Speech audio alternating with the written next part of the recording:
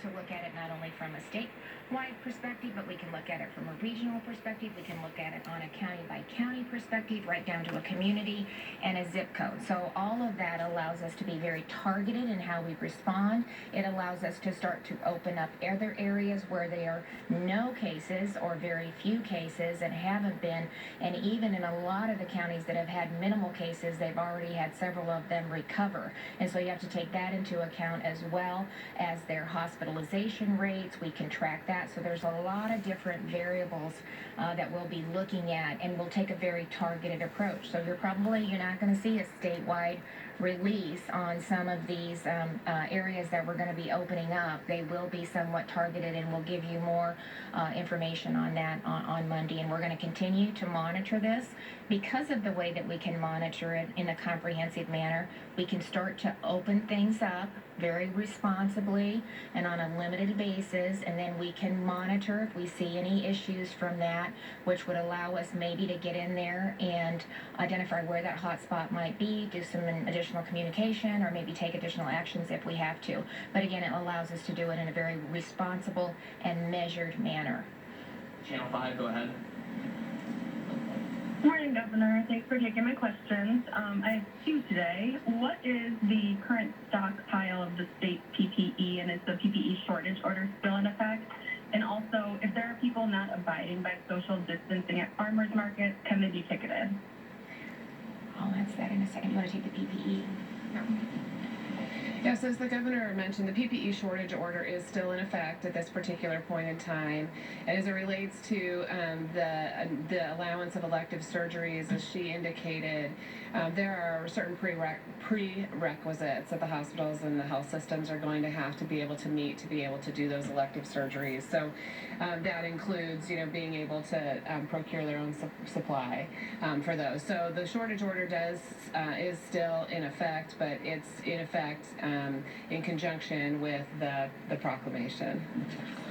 I was verifying over here with my team. As far as the farmers markets, they need to practice social distancing, but as you heard from law enforcement, their initiative I don't think that's right, Mrs. educate Gunn. Not right at all. and help them Not disperse and help them make sure that they're following through. Ticketing would be a last resort, and I believe in Iowans and their ability to be responsible, and so, I don't anticipate any problems. All right, we're going to go back to Monica. Monica, go ahead. Hi, sorry, my connection was a little bit spotty earlier. Thanks for taking my question, Governor. Yesterday I was talking to restaurant owners. Of course, they're super eager to start opening back up again. As you look towards planning for that, a lot of them have concerns about being able to have enough of a heads up to restock and get ready for in-dining services. Are you looking to giving them a little bit more of a notice this time? Yeah. So, we're trying to be good partners with all of our business and industry, and we've been on the phone with the Restaurant Association. We've talked to them, as well as they've sent correspondence kind of talking what they want to do. So they've been a good partner in all of this. And so next week, when we roll out what we're going to do on Monday, that any of the openings that we're talking about, they would take effect May 1st. So we'll go through the end of the current declaration that we have in first. So the openings that we'll talk about on Monday will take effect on May 1st. All right, we're going to go to Rod. Go ahead. Yes, thank you, Governor.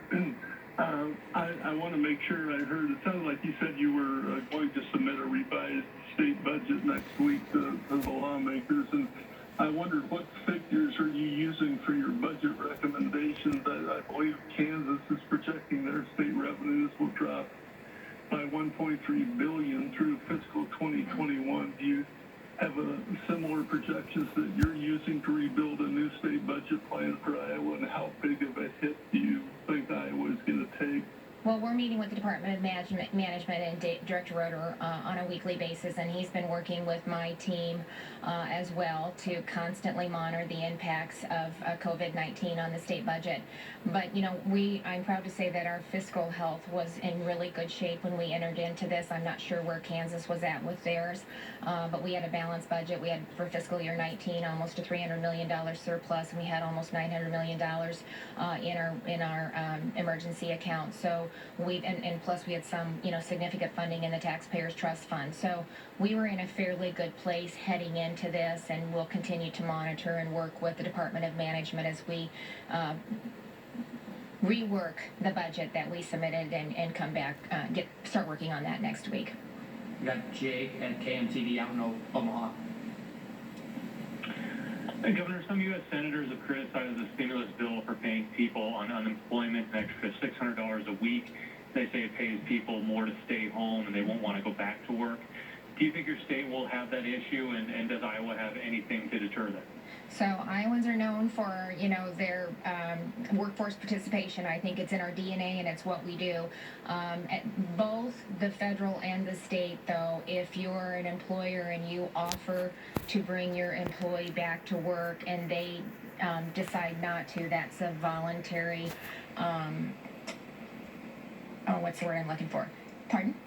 Oh, quit. Okay, a voluntary. See, we don't have it happen very often. It's a voluntary quit, and so therefore they would not be eligible for the unemployment money. So we already have that in place, and I think that's in the CARES rules. And if an employer has an employee that voluntarily quits and decides not to come back, I think they are required to report that to Iowa Workforce Development. So that's state rules and federal rules with the CARES Act as well. We got time for 2 more questions. Stephen at the Des Moines Register. Hi, Governor. Thank you. I guess I have sort of a two-parter here. The first thing I'm curious about is you're talking about announcing some reopenings on Monday. Yeah. You previously said that the federal Reopening America plan sort of aligns with what you want to do, and that plan sort of calls for having a 2-week decline in cases before, doing some of this reopening. Obviously, our cases are still rising. And the second part is, I think it's been since like the end of March when we first heard that the state's peak might be 2 or 3 weeks away, and now we're still hearing it's 2 or 3 weeks away. And I guess I'm just wondering what you can say to people to give confidence that we have a handle on where our cases are going if we're going to start reopening things. Thank you. Well, they've been flat, and so as I've said, we've seen a significant spike, but we are testing a whole lot of people, and we are going into areas that are hot zones. So we know that there's a significant outbreak in the areas that we're going into, and we want to identify that, do the contact tracing, isolate it, get them healthy, and get them through the incubation period, and then, then they'll be ready and able to go back to work. But also we're able, as I've indicated, to look at this not only from a state perspective, but we can demonstrate exactly what you're asking for in various counties across the state. And so, the Open Up America that the president put out are guidelines for states to look at, CDC. We're working in conjunction at that, but we'll also be looking at Iowa data on a county-by-county level, community level, and see what that looks like. We'll have hot spots that it won't make any sense right this moment to maybe start to open up areas, but we'll have other areas of the state that I think it's like 15 or 19 counties that haven't even had any cases whatsoever. And so we'll have the ability to continue to monitor those to make sure it's not just moving away. With the serology testing that we have available, and we're doing more of that, we're going to be able to identify individuals that potentially have already had it and recovered and weren't even aware of it. 80% of Iowans have mild or no symptoms. I think through some of the surveillance testing, we're seeing more and more people testing positive that were asymptomatic. And so every day we learn more. We have additional testing capabilities and ways that now they're talking about warm weather and sun and the impact that has on the virus. So every day we are learning more and more and more to really help us mitigate and manage COVID-19 and really help us in our decision making as we move forward. Last question, David Pitt. Yes, Governor, thank you very much. So you're saying that more than 500 new positives is not the peak yet. We have an explosive situation in meatpacking plants and nursing homes. And yesterday, I think you told me that you said we don't even have the universally viable tool yet to predict when we will have a peak. And it sounds so speculative. I mean, the sunshine stuff that you talked about, the president mentioned, is so speculative. Nobody really knows what effect that has. I guess I think that's the question a lot of people may have, is we're really ready to reopen? Yeah. Well, David, listen, that was something they're looking at. My point wasn't that tomorrow everybody should go outside and think that this is going to go away. My point is that every day through studies and clinicals and things that are happening with experts in the field, we're learning more and more. And so they're going to to confirm that. They're going to continue to study it. It's going to be a long time before that's probably part of the solution moving forward. But my point is to Iowans is that every day we have more tools that we're able to utilize. We learn more about how it's spread. We know that ultimately what we've said from the very beginning is, you know, if you're sick, stay home, practice good hygiene, cover your cough, limit your exposure, continue to social distance. Even as we start to open up next week, we need some of our most vulnerable Iowans and those with underlying conditions. They still need to be very careful about going to places where they could potentially be exposed. So we need them to really continue, as well as all Iowans really, to continue practicing social distancing, to be responsible, to stay home when you're sick, to work from home if you have the opportunity to do that. We're going to, you know, you need to continue to do all the things that we've been talking about. But in addition to that, it's, you know, with the data that we'll be looking at, the areas that pertain to that, we're going to look at ways to start to open them up, and it's time. So before we close today, I want to remind Iowans that the Test Iowa location opens for COVID-19 testing tomorrow in downtown Des Moines. Only individuals who took the assessment, qualified for testing, and have a scheduled appointment will be tested. So if that describes you, we're looking forward to seeing you there. Please remember to bring that sheet that has your QR code for check-in.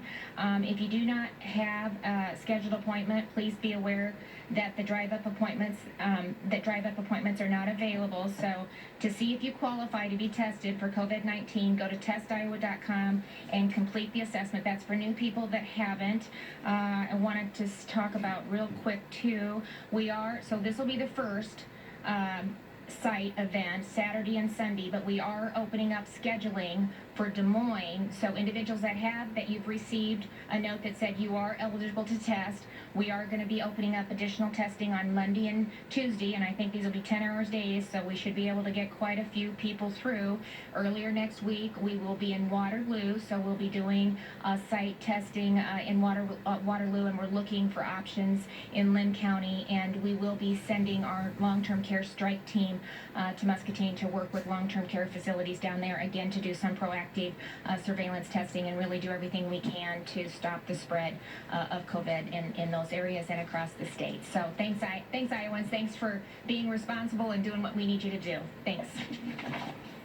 A lot to unpack in that news conference. You were just listening to Governor Reynolds. Here's what we know. More than 500 new cases of COVID-19 in the state and 11 deaths just in the last day, making the death toll to more than 100 and the case total 4,445. She also talked about reopening the state on Monday, including allowing non-essential surgeries, those elective surgeries. We're going to talk a lot more about this and unpack it for you coming up today on the news at noon. And of course, you could always count on KCCI, both on air and online, to keep you up to date on all of this coronavirus impact throughout the day. We'll see you at noon.